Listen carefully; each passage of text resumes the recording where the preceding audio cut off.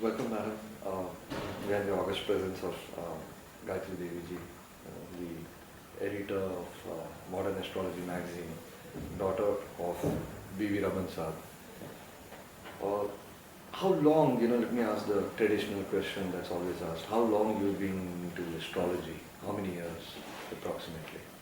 I've been into astrology since September 1972. September 1972. Which is nearly more than 40 years. Okay. And how old were you then? I was 22 or 23 when I first started astrology. And I started studying astrology in very unusual circumstances because I had just finished my law in April or May 1972. And then I was going to a lawyer's office for training. And in September 72, father was invited overseas for a conference to the States.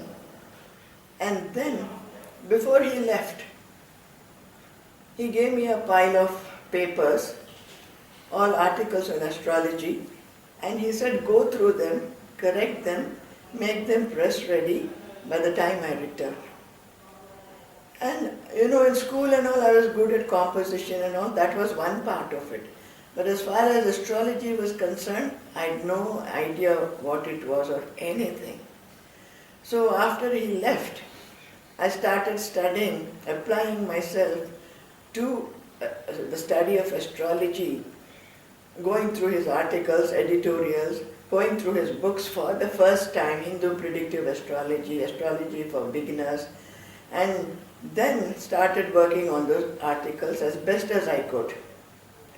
Then after he came back, immediately the matter had to go to the press. He went through it and he patted me on the back and said, you've done a very good job. And that is how my interest in astrology started. Until then, I would look at the newspaper's weekly forecast for my sign, or even our own magazine only for the monthly forecast. I was not, interested in the subject in any way whatsoever. I was planning to be a lawyer. My professors, they were all very fond of me. And they also encouraged me, saying, you should practice law, and the High Court is here in Bangalore. You'll do very well. And I was very keen on that. But after this incident, I started studying astrology very seriously, and gradually law receded into the background. And afterwards, there was no looking back. I plunged full time into it. How did it feel to have the greatest astrologer as your father and at your home? Did you always ask him to look at your chart and predict what you will become? No, I never asked him that, and he never encouraged such questions also. But I would say, being around with father was like being in a Rishi ashram. There was so much peace, calm around him. That was his personality. And I would love to be in his proximity. And we wouldn't talk or anything. He would be doing his work. I would be reading whatever I was reading or just sitting. But being in his presence gave me some kind of satisfaction which I have never experienced anywhere else. There was so much peace exuding from him. But did he see your chart and ever tell anybody behind your back or something, to any family member or anything, that you would become what you become today? No, I am not aware of it. But there were occasions, when many of these big shots would come to see father, like for instance, Mr. N.T. Ramarao and Mr. Charan Singh. Then of course Professor Murali Manohar Joshi, and many of them, Ramakrishna Hegde, they're all father's admirers in some sense. So they would ask father, like, have you trained anyone to do your work later on? And he would always say, my daughter is taking care of everything. So even then I never took him seriously. But later on I felt maybe he had me in, he had mentally sort of decided, though he never said that to me, When N.T. Ramarao said, what after you, like, is there anyone else in the family? He said, my daughter is doing the job, I'm training her. And you may also be aware, Mr. K.N. Rao also once mentioned that. So the first time I got an inkling that he was going to pass on the baton to me was when he wrote a number of letters to all the senior contributors, including Mr. K.N. Rao, Professor P.S. Shastri, there was one Mr. H.R. Shankar, then Professor Rajamani, many of them, Mr. V.A.K. Iyer, saying, I am placing the burden of the magazine on the young shoulders of my daughter. Please extend your cooperation to her as you have done to me. How today, I mean, this is my observation and probably the observation of others also, is what Raman Saab did back then in the 50s, 60s, 70s with his stunning predictions.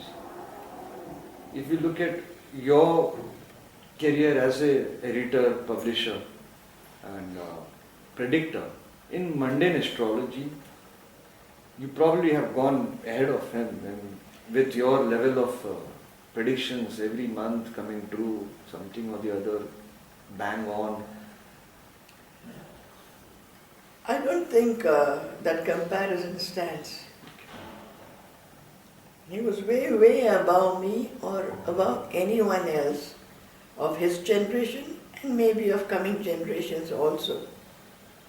And I base all my predictions from what I have learned from his editorials, while he himself had nothing to bank upon, and it all came out from him. But now I had the benefit of his editorials to understand the techniques and how he went about analyzing national charts or other mundane charts. There has always been an arena, when we see that your predictions, Dr. Raman Saab's predictions, both were based on one Ayanamsha, which is Raman Saab's Ayanamsha. Somehow there has been no effort, I feel, I can be wrong, no effort from your family to promote that Ayanamsha to the level it deserves, especially when your predictions are coming true. Do you feel a book on Ayanamsha is needed from your family's pen, wherein you explain the nuances of Ayanamsha, how you all go about it, and the demonstration that you have already done with your predictions? A book can help one understand the subject theoretically. But in order to popularize the Ayanamsha, I think the only way you can do it is to bring astrology into the university. When you train students methodically to understand the subject, and Ayanamsha also comes under one paper or a major part of one question paper, and then research is conducted using different Ayanamshas and the results compared.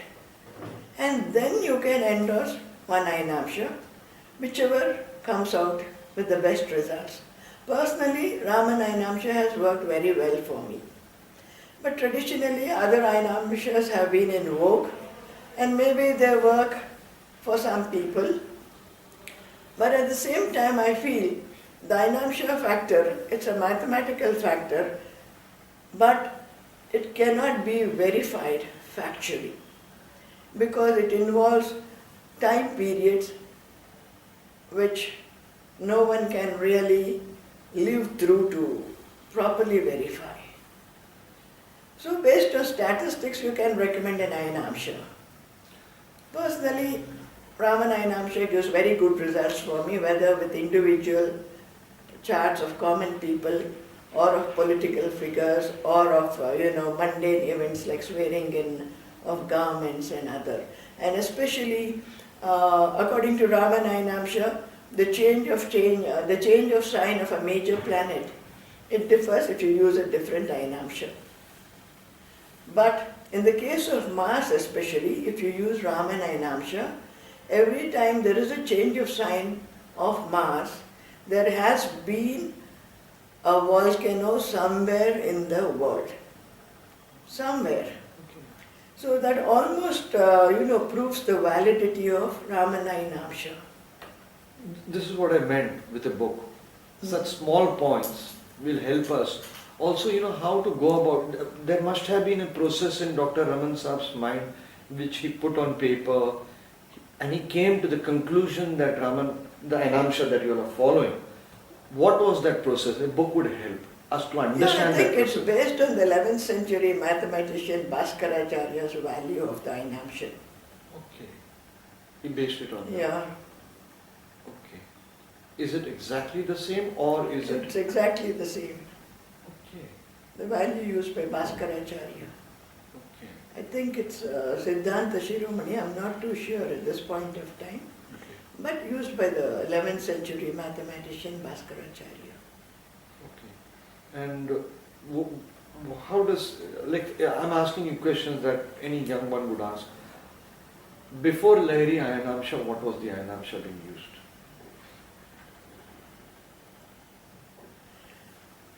Before Lahari Ainamsha, much before that, there were many panchangas in vogue. And all these panchangas, they come from different regions. And these regions are governed by Madhadipatis, or religious pontiffs. And some of them are also proficient in Vedanta Jyotisha, or the computational part of astrology. So they had derived their own Ainamsha values, some based on Surya Siddhanta. But the point here is, for working out the Ainamsha, you may have to depend on certain astronomical constants. Those constants, which were updated as far as up to the time of the Surya Siddhanta, or maybe some of the later mathematicians, they have not been updated after that. The Bija. The Bija Samskaras have not been done. So there is some vagueness about that. But most of these Ainamshas were dictated by the regional religious leaders. Have you tried, experimenting with Drig Ganita?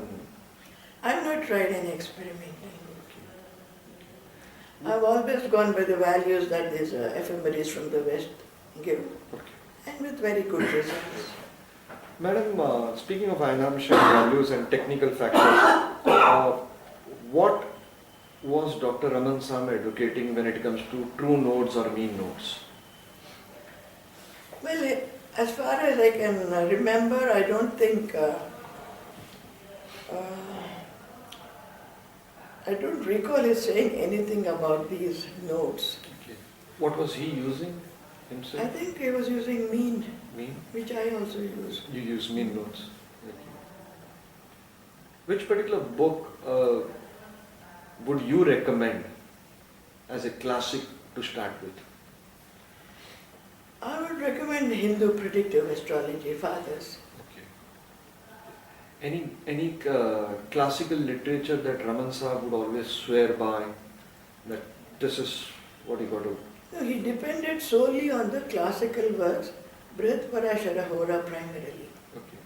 And he said anything beyond the purview of the classical text, you cannot say, it's authoritative or base your findings on it. You have to fit in everything into the parameters set by Parashara. I still remember reading the old astrological magazines. 1955 or 52, there was an advertisement by Dr. Raman Saab that he's going to come out with a commentary on BPHS, Brihat Parashara Hora Shastra. We all expected that to become our textbook from the pen of the saint. Yes. It's never happened. No, I don't think he had started work on it, although he was keen to do it. He was working on Prashna Marga, Prashna Tantra, and then there's another text whose name I don't remember. Bhagavad Ratnakar? No. Bhava Kutuhala. Bhagavad. Yeah. So before he could complete translating Bhava Kutuhala, he passed away. But the manner in which I'm saying is, yes, there was an ad somewhere then probably, other projects come in and it gets delayed. But we have always looked at your family to provide textbooks for us to proceed further. Maybe Raman Sahab could not do it. Don't you? Have you planned yourself to write a commentary on Brihad Parashara or Shastra? No, I haven't. I have no such plans. Do you feel like considering it? That for No, us? I don't think so. No. Okay. Though I constantly refer to it. Okay. If at all any books come from me, I would like to place my own insights, but within the broad framework of the Hora. Okay. When it comes to your family history, and did Raman Sahab ever talk about when he noticed that you had taken over the magazine, after 72, and I think after 88 or something, you were actively as an editor? Is it? 82. 82. Okay. After 82, you were actively helping him completely. Yeah, after 82, most of the editorials were by me, except his early experiences. And sometimes his lectures would be produced as editorials. Okay. And you all used to discuss astrology throughout the day at home? No, No? never. Okay. Did he teach you formally, or he No, just never. expected you to learn from his No. books? He never taught me anything formally. No? No, absolutely no. There were no master-disciple kind of sessions or anything like that. Really? But whenever a chart would come to him, he was not a professional astrologer, but sometimes he would look at charts of his friends that would come to him, or of many of the national and other leaders. And at such times, he would give me the birth details and then say, work out the chart. All the castings were manually done. Then we had no computers. He would say, work out the chart and write down your comments, whatever you think about this chart. I would do that. And then when those people came again for a review of their charts, he would make me sit with him and he would explain to them whatever he had felt. And sometimes he would say, good, you've done a good job, that was how. And for muhurtas also, he would ask me to work out the muhurta. And then when I took it to him, he would say, you have to strengthen the ascendant or remove this planet from there, keep the house vacant. So that was how, he trained me. Okay. The traditional way was like that, isn't it? Okay. Yeah. And of course his books were there. My early experiences also, I think that's really his loved best, that book. best book. I mean, that's one of his finest. I mean, for anybody into astrology who wants to go through the journey of life and astrology together, that's the book. Especially for people who value the values of the elderly generation and who want to probably imbibe them in their own life. I've spoken to so many astrologers, especially the elderly lot. For them, that book is the best. Some of his experiences, I still remember chapter 27 in that, which is on Nadi, Buddha Nadi. Yeah. It's a fantastic chapter, absolutely fantastic chapter. Dr. Raman Sahab, I'm focusing on him because we of the younger generation know nothing about him. And the hardships that he went through in printing, not having the money to pay to the printer, those hardships are the younger generation of today. They haven't seen it, nor do they read about it. And it's a journey that inspires you as to the man he became. And somewhere down the line, I feel a strong hand of your grandfather, which is great-grandfather, B. Suryanarayan Ji. How do you see today the astrology among the astrologers? You read, you experienced in a way indirectly B. Suryanarayan Rao's work, then Dr. Raman Sahab's work, then your work. And in all this process, you've seen the younger generation, you've seen the mistakes they make, you've seen the hastiness with which they act or try to get fame or whatever. What do you feel are the qualities needed and the acts to be done that the younger generation follows, say probably 10 dictas from you, or 5 dictas from you? by which we follow these diktats and correct ourselves from the wrongs that we are doing? What should we do? One of the most important things which great-grandfather emphasized and which also father would talk about was, one, never to run down a fellow astrologer in public, which many people unfortunately do to promote their own image or build their own image. Then secondly, he would always say, never make any categorical predictions. Can you expand on that? What does it mean? You must always emphasize the role of effort. So if there is a negative combination in a chart, and the man comes to you hoping something good will happen, but still you don't see anything good happening, don't overemphasize the negative part. Tell him effort will help, but the degree of effort, the magnitude of effort is also important. And if I can put in that kind of effort, the adverse indication can be diluted or diffused to a large extent. That was one thing. Secondly, he was against sensationalizing through predictions. Can you expand on that, please? Overemphasizing certain points just to attract either readership or the attention of the audience, and nowadays, of the viewers, TV viewers, you're not supposed to sensationalize predictions even of public figures.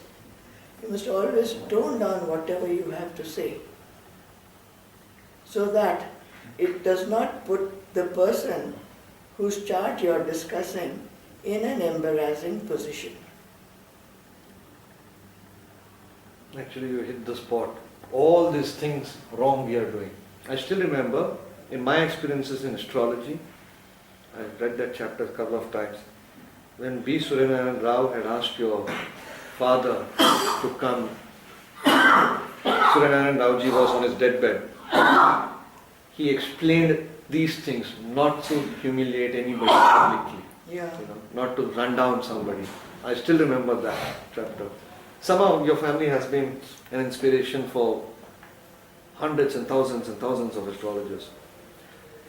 Today, how do you look at the astrologers that come on television? Are they doing this? So, generally speaking, some of them take the garb of technical astrology just to promote themselves and not astrology as a science. What do you feel should we do? There's nobody to correct us, there's nobody to guide us as to what's the right or wrong. What is happening with the television astrology? For one thing, I cannot give you a very fair answer because of the fact I never watch these programs. But all said and done, TV means either entertainment or revenue. So at that level, if there are these astrology sessions or interviews or whatever, it works out for the TV channels. It's business. It may not be astrology proper. It may not be the right way to do astrology. But in all fairness to everyone concerned, I have not really watched any single program of astrologers on TV. But while changing channels, sometimes you do watch for a minute or two, Beyond that, so I am not in a position to say anything. But you can't look for serious astrology through the TV channels because TVs are meant for generating revenue and providing entertainment. What are the... Do you consider Bhava chart? Yeah, I do. Yeah. And in that, which house system do you take? Equal house. Equal house. But you... For Indian births, I think equal house system works very well. Okay. But maybe if you go to the higher latitudes, then it may not work as well. Then what do we do? And I go by the Rashi chart. Okay. When it comes to divisional charts, Raman Saab and you look till what extent in the divisional charts? Which, apart from Rashi, I mean. See, Rashi means a heap. So the Rashi chart carries a mine of information. But still, if it does not give you the insights you're looking for, the clues you're looking for, then you move on to the Navamsha and other subdivisional charts. But if the Rashi chart by itself is very clear, then there's no need to go into the other subdivisional charts. It's like in medicine, if with the stethoscope and all you can find out what is wrong with the patient, you stop there. But if you don't get any clear picture, you move on to other tests and more complicated and more expensive tests and so on.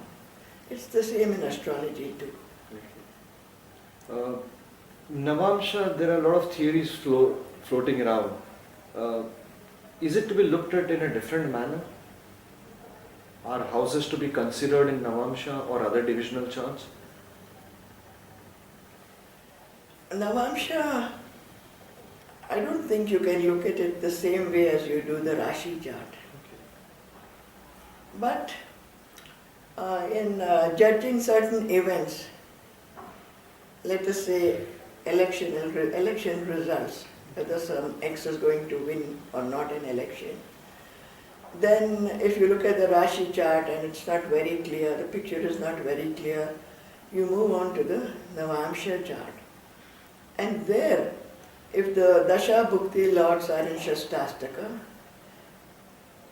and the picture is not very good but still not clear in the Rashi chart, you can say there will be a dislodgement in his political status.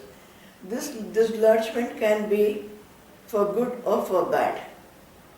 Again, that depends on the Rashi chart and the yogas there.